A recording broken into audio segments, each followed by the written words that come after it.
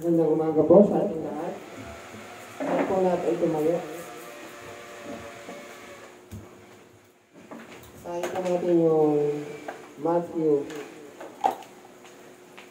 Matthew chapter 21, 28 to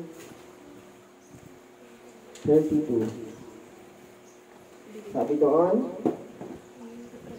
ano ang palagay ninyo rito? May isang tao na may dalawang anak na lalaki. Lumapit siya sa nakatatanda, sinabi, "Anak, lumabas ka at magtrabaho sa ubasan ngayon." "Ayoko po," tugon niya. Ngunit nagbago ang kanyang isip at siya'y naparawan.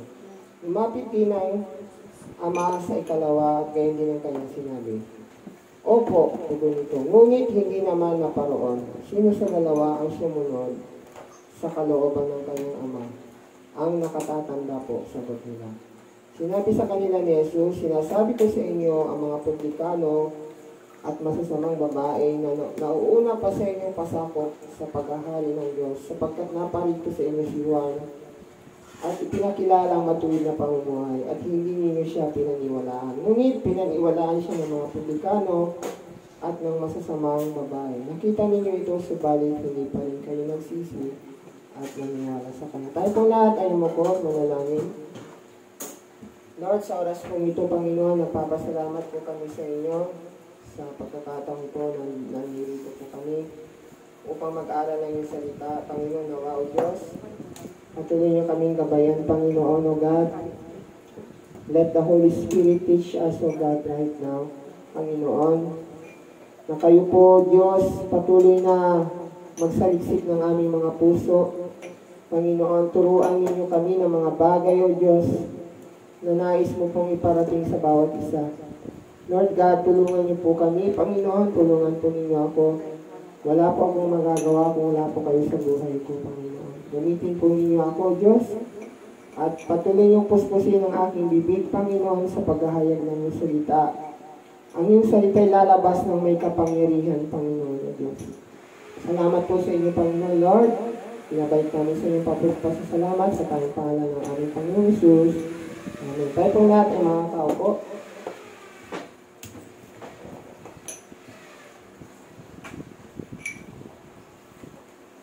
So dito po sa ating pong binasa ay makikita po natin yung sinasabi po dito na dalawang klase ng tao. Naalala ba ninyo yung pinag-aralan natin yung nakaraang linggo? Diba? Dalawang tao din yun. Ngayon, dalawang tao din. Hindi. Amen? Itong dalawang tao na to, ito yung dalawang anak. Amen? Itong dalawang anak na ito, meron silang tatay. Ang tatay nila, inutusan sila na magtrabaho. Saan? Sa ubasan. Ano ang sinabi ng unang anak? Sabi ng unang anak, "Ayoko po." Pero ano ang nangyari? Pagkatapos mo sabihin yung ayaw niya, ang nangyari, kahit na sinabi ng anak na ayaw niya, in the end, ginawa niya. Amen? Sumunod siya sa tatay niya, nagtrabaho siya sa ubasan. Ngunit, yung ikalawa na nagsabi ng opo, anong nangyari doon sa anak niya? Tinupad niya ba yung sinabi niya? Sumunod ba siya sa tatay niya magtrabaho? Hindi. Hindi siya sumunod. Amen? Ngayon, nasabi ng Panginoon, sino sa dalawang sumunod sa kalooban ng Ama? Yung nakakatanda. Amen? So dito, marami po tayong mga mapag-aaralan po dito ng mga bagay at tungkol po sa ating pagiging anak ng Diyos. Meron po tayong nag-iisang Ama sa langit. Sino po ang ating Ama sa langit? Si God, ang Diyos Ama. Tayo po, bilang mga anak ng Diyos, meron po tayong kanya-kanyang trabaho. Amen? Tayo po ay may kanya-kanyang ministry sa Panginoon. Ngayon, yun ang nakaatang sa ating mga balikat na kailangan natin itong gawin. Amen?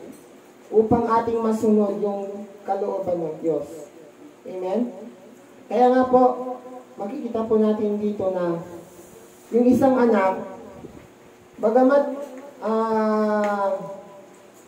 nagsabi siya ng ayaw niya, sumunod pa rin siya sa ending. Amen? Alam po ninyo, may mga Kristiyano po, minsan, kahit na hindi nila feel na sumunod sa umpisa, pero in the end, sumusunod sila sa Panginoon. Amen? Amen? Tayo po, mga Kristiyano, minsan po, dahil sa marami po tayong mga nararanasan mga problem sa buhay, minsan parang ayaw natin, di ba? Ayaw natin gawin yung pinapagawa ni Lord. Pero, hindi yun ang tinitingnan ng Panginoon. Kundi ang tinitingnan ng Panginoon, kung susundin mo ba yung sinasabi niya sa iyo. Kung tutugon ka ba sa panawagan niya na magtrabaho ka sa kanyang upasan. Amen? It doesn't matter kung sinabi mo kay Lord, Lord, ayaw ko. Ayaw ko, Panginoon. Pero sa ending naman, Lord, susunod po ako sa iyo. Amen? Yun po yung gusto ni Lord sa atin. Na, bagamat sa umpisa, inayawan natin yung bagay na gustong ni Lord na gawin natin, sa ending, sinusunod naman natin yun. Amen? Yun kasi ang gusto ng Panginoon, yung meron tayong willingness of heart. Meron po tayong commitment sa Panginoon. Amen? Na kung ano po yung ibinigay ni Lord na trabaho para sa atin, ministry, gawin po natin yun. Amen? Gawin natin yun dahil mahal natin si Lord. Hindi natin yung ginagawa para palakpakan po tayo ng tao. Hindi po tayo naglilingkod kay Lord para men pleaser tayo. Kundi tayo po ay God pleaser. Amen? Hindi po natin hinahangat po yung i-appreciate tayo ng tao, purihin tayo ng tao, para tayo makapaglingkod ng maayos. Hindi po ganun. Purihin, i-appreciate man tayo ng tao o hindi, wala tayong pakialam doon. Ang ating pong focus po si Lord. Kung paano natin siya mabibigyan ng saya sa buhay natin. Amen? Na tayo po'y sumusunod sa kalooban ng Panginoon. Na bagamat marami po tayong mga problemang pinagdadaanan, maraming mga sinasabing negatibong tao sa atin, nagtutuloy-tuloy pa rin tayong sumusunod sa Panginoon. Amen? Amen? Yun po kasi yung mahalaga sa Panginoon. Yung gawin po natin kung ano yung pinapagawa ni Lord sa atin. Tayo po ba, alam ba natin kung ano yung ministry natin sa Panginoon? Alam ba natin yon? Dapat alamin natin yun. Amen? Kasi hindi tayo pwedeng mag-ministry ng yung gusto mo. Hindi mo alam. Mag-gitara ba ako o mag-keyboard? Hindi yata, magda-drums na lang ako. Hindi ganon. Kailangan alamin mo sa sarili mo kung ano ba talaga yung kakayanan mo. Amen? At kung yung kakayanan mo na yon, binibigay mo yun kay Lord, siya yung mag-aanohin sa'yo. Amen? Kasi ang kakayanan is kakayanan lang yan. Pag wala ang anointing ni Lord yun, walang effect sa tao yun. Pag tumutugtog ka, ang mga tao, hindi sila nahihipo sa ginagawa mo. Amen? Parang lang yan wordly lang. Tumutugtog ka sa banda. Amen? Pinapalakpakan ka ng tao. Pero ang Diyos, hindi pumapalakpak. Hindi siya natutuwa sa ginagawa mo. Amen? Amen? Kaya nga po, hangarin po natin sa ating paglilingkod sa Panginoon, yung anointing ni Lord. Kasi, kapag tayo ay nagsalita, kapag tayo ay umawit, nandoon kaagad bumababa yung presence ni Lord. Amen? Yun po yung hangarin po natin sa ating mga buhay, mga kapatid. Na sa paglilingkod natin sa Panginoon, ipag-pray natin sa Panginoon, Lord, anoint mo ako, Panginoon. Puspusin mo ako, upang sa gayon, sa pamamagitan ng aking buhay, mahihipo yung mga tao. Amen? Hindi kasi yung yung maglingkod ka lang, yung nandyan ka lang sa harap, na magtuturo ka, magtutugtog ka, awit ka, hindi ganun Ang paglilingkod sa Panginoon, kailangan nandun yung pagkilos ni Lord sa buhay mo. Amen? Para maging effective. Effective kang lingkod ng Panginoon, dapat nandun sa yung anointing ng Holy Spirit. Amen? Kasi walang saysay na ikaw, umaawit ka, nagtuturo ka, tumutugtog ka, pero wala namang effect sa tao. Amen? So, dapat natin pagsikapan na, Lord, ginagawa ko po ito, Panginoon, para sa iyo. Lord, ikaw nang bahala. Panginoon, puspusin mo po ako, Lord God, ng iyong kapangyarihan upang sa gayon, sa lahat po ng aking gagawin, nandun yung pagkilos mo sa buhay ko. Amen? Yun po kasi yung mahalaga mga kapatid. Na tayo po sumunod sa Panginoon, bagamat marami po tayong mga kapalpakan, kasablayan sa buhay, na hindi tayo sumunod noon, ang mahalaga yung ngayon at yung darating na mga araw sa buhay natin, na tayo ay susunod na sa Panginoon. Amen? Hindi kasi titingnan ng Panginoon yung sumuway ka sa una Katulad nito ng anak na ito, di ba? Yung sabi niya, ayoko. Pero sa ending naman, sumunod siya. Hindi tinitingnan ni Lord yung past mo. Na nung doon sa past mo ngayon, sumuway ka sa Panginoon. Ang tinitingnan ni Lord yung kasalukuyan. Na ikaw ay sumusunod hanggang sa kanyang muling pagbabalik. Amen? Kaya wag na nating ibalik-balik yung mga nakaraan sa buhay natin. Wag na nating pakaisipin pa yung mga bagay na naging sablay natin sa buhay, yung mga naging mga bad decisions natin. Ang mahalaga yung ngayon. Yung ngayon ay mag-commit ka sa Panginoon. Amen? Na yung buhay mo, ialay mo sa Kanya. Amen? Kasi hindi tinitingnan ni Lord kung ano yung mga naging weakness mo nung nakaraan. Hindi niya tinitingnan kung naging sablay ka ba nung nakaraan, hindi mo siya nasunod. Ang tinitingnan ng Panginoon kung paano mo siya sinusunod sa ngayon. Amen? At sa mga darating na panahon. Tularan po natin yung anak na yun. Bagamat, sinabi niyang ayaw niya. In the end, sumunod siya sa Panginoon. Kasi yun ang sinabi ng Panginoon, ang sumunod sa kalooban ng Ama ay yung nakatatanda. Na nagsabing, ayoko, pero sumunod din siya. Diba? Ngayon, yung pangalawang anak, anong sabi ng pangalawang anak? Sabi niya, opo. Ngunit hindi naman niya ginawa. Amen.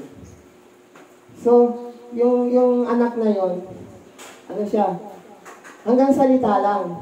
Amen? Tayo po bilang mga Kristiyano, hindi po tayo dapat hanggang salita lang. Huwag tayong magbibitaw ng mga, kasi yung salita mahalaga yan sa Panginoon Parang ano yan, promise mo yan. Nag-promise ka kay Lord, opo, susunod ako sa iyo, maglilingkod ako sa iyo. Pero hindi mo naman ginawa yung mga sinabi mo sa Panginoon. Alam niyo, ayaw ng Panginoon yon, yung nagsasabi ka sa Kanya tapos hindi mo ginagawa. Anong sabi doon sa Ecclesiastes? Sa mga ngaral. Basahin natin yung sa mga ngaral. Sabi doon,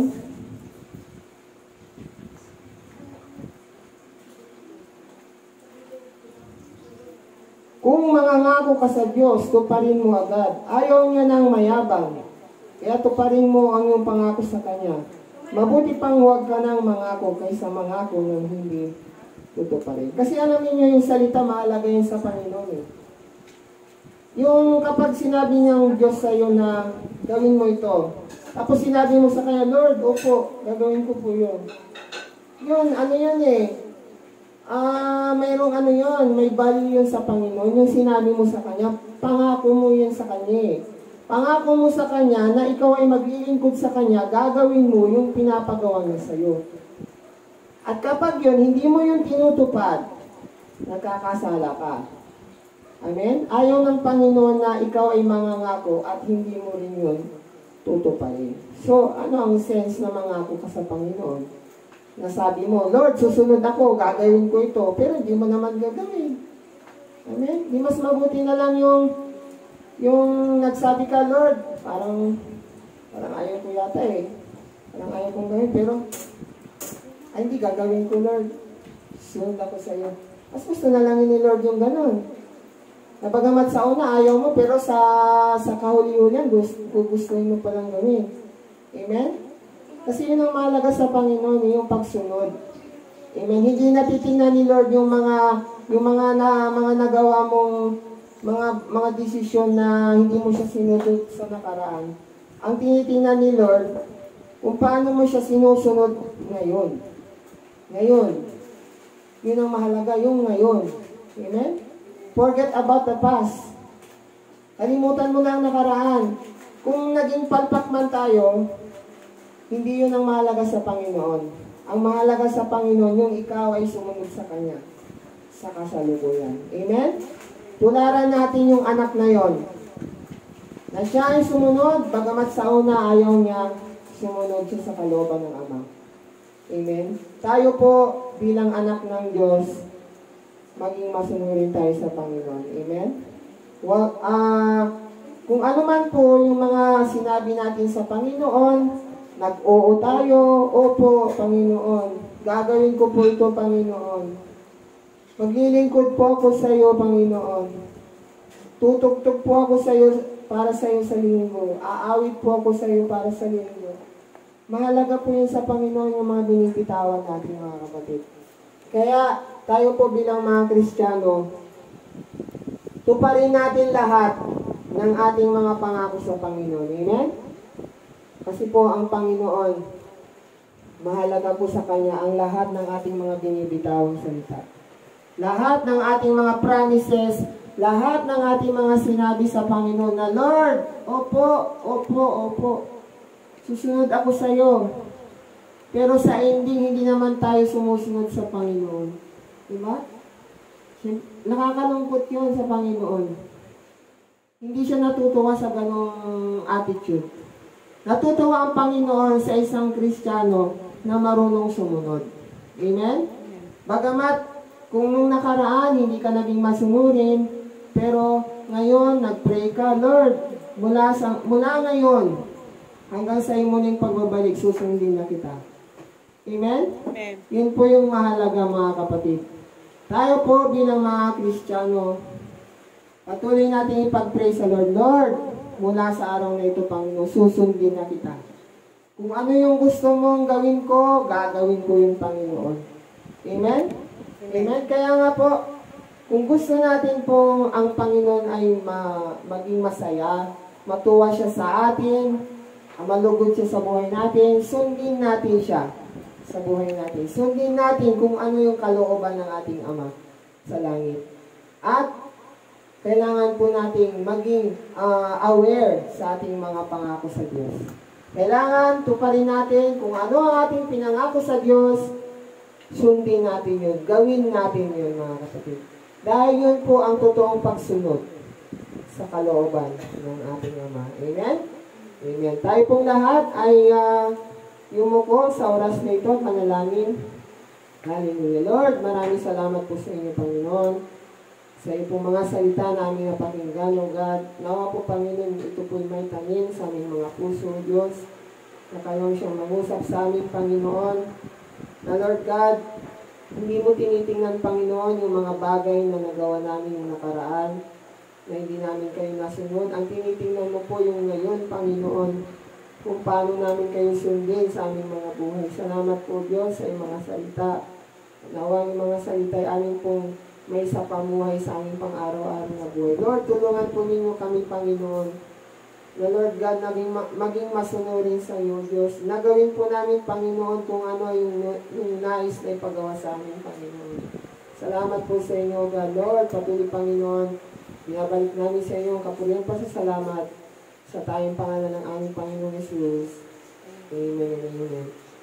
Tayo po lahat, darako po tayo sa Lord's Supper po.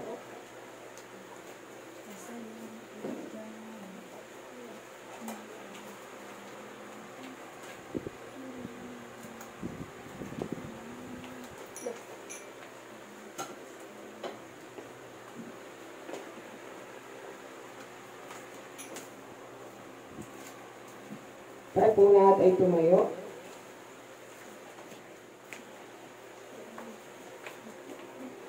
At bago po tayo mag-partake ng Lord's Supper, tayo po lahat ay mananalangin sa ating Panginoon.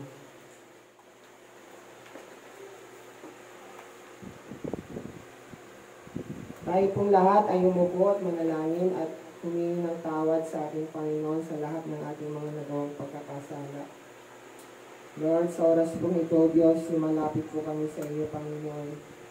Patawarin po ninyo kami sa aming mga pagkakasala sa inyo, God. Namin pong nakumit, Panginoon, ng mga nakarang linggo, araw, buwan, Panginoon. Linisin niyo po ang aming puso, ang aming isip. Hugasan po ninyo kami ng iyong banal na dugo, O Diyos. Lord God, saliksikin niyo po ang aming mga puso, Panginoon, aming mga isipan, Panginoon.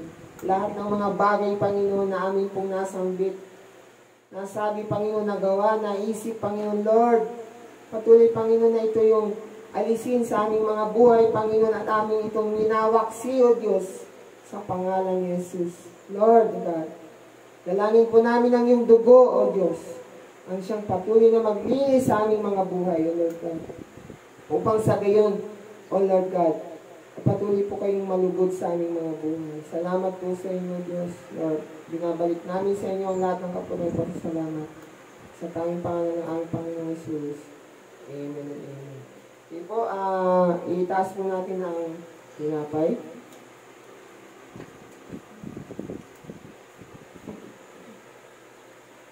Ito ang aral na tinanggap ko sa Panginoon at ibinibigay ko naman sa inyo. Ang Panginoong Jesus, noong gabing siya'y ipagkanulo at dumampot ng tinapay, nagpasalamat at pinagpira-piraso ito at sinabi, ito ang aking katawan na inihahandog para sa inyo. Gawin ninyo ito bilang pag-aalaala sa akin. Ating pong kainin ng tinapay.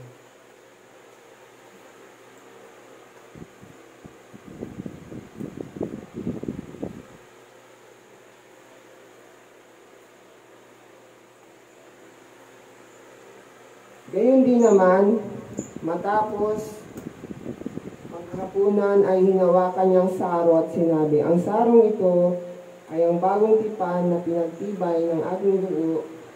Tuwing iinumin ninyo ito, gawin ninyo bilang pag-aalaala sa akin, sapagkat tuwing kakain kayo ng tinapay na ito at iinom sa sarong ito, pinahayag ninyo ang kamatay ng Panginoon hanggang sa muling pagparinig niya. At ito ang mga sarong.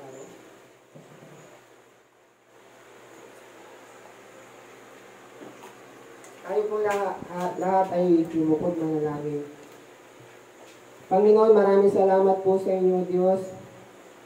Na Lord God, naalala po namin, Panginoon, ang lahat ng mga sakripisyo sa krus. Lord God, maraming salamat po sa inyo, Panginoon.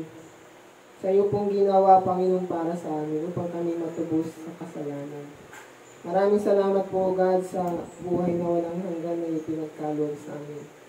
Maraming salamat po, Panginoon, dahil kami ay yung pinili mula sa karamihan, Panginoon, at ituring mo pong anak.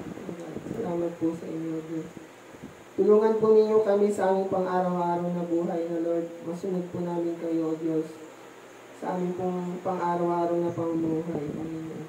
Sa aming pong puso, Panginoon, sa aming pag-iisip, pagsasalita, at sa lahat ng aming mga ginagawa. Nawa at kayo po ang siyang mabigyan ng kaluguran, Panginoon. Salamat po sa inyo, Diyos, Lord. Patuloy, Panginoon. Pagpalain mong bawat isa sa amin, Panginoon, mga kapatid, O Diyos. Patuloy na ikaw ang mag-ingat, O God, sa kanila, Panginoon. At patuloy na ibuhos ang iyong pagpapala, O God. Salamat po sa iyo, Panginoon, Lord. Binabalik namin sa inyong papuritas. Salamat. Sa tanging pangalan ng aming Panginoong Jesus. Amen and amen. Di tayo po lahat ay makakaupo.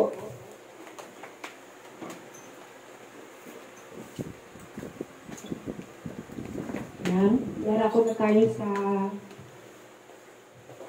closing song.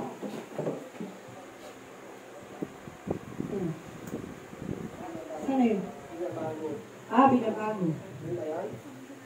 Napabago ba tayo? Ang hirap magbago sa sarili natin, pero ang Panginoon ang bumabago sa atin. Pag nandito na si Lord sa puso natin, unti-unti binabago niya. Amen? Kaya magpabago tayo sa Panginoon. Amen. Binabago. Binabago niya ako araw-araw. Binabago niya ako araw-araw. Binabago niya ako araw-araw. Binabago niya ako araw-araw. Ngayong bukas at kailanman ang pag-ibig pag-ibig mo ay laging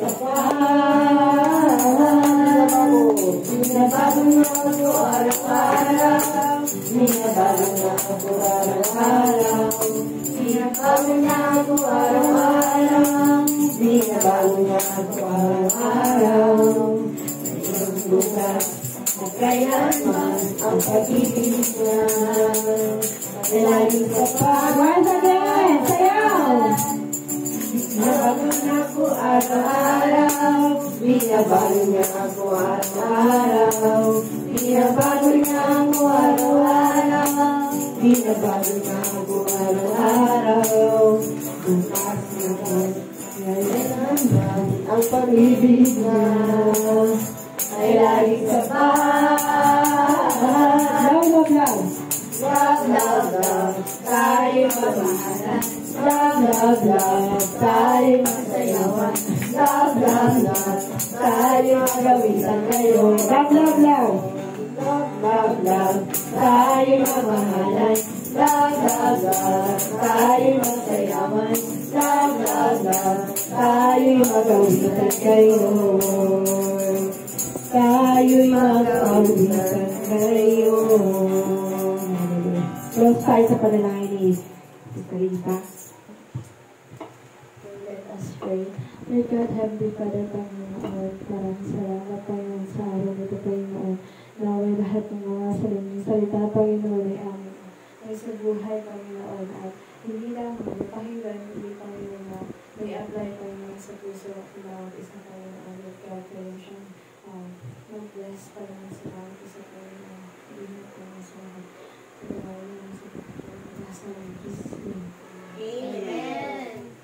Amen. Hallelujah. At tayo habang nag-aanda, picture, habang tayo nag-prepare, yung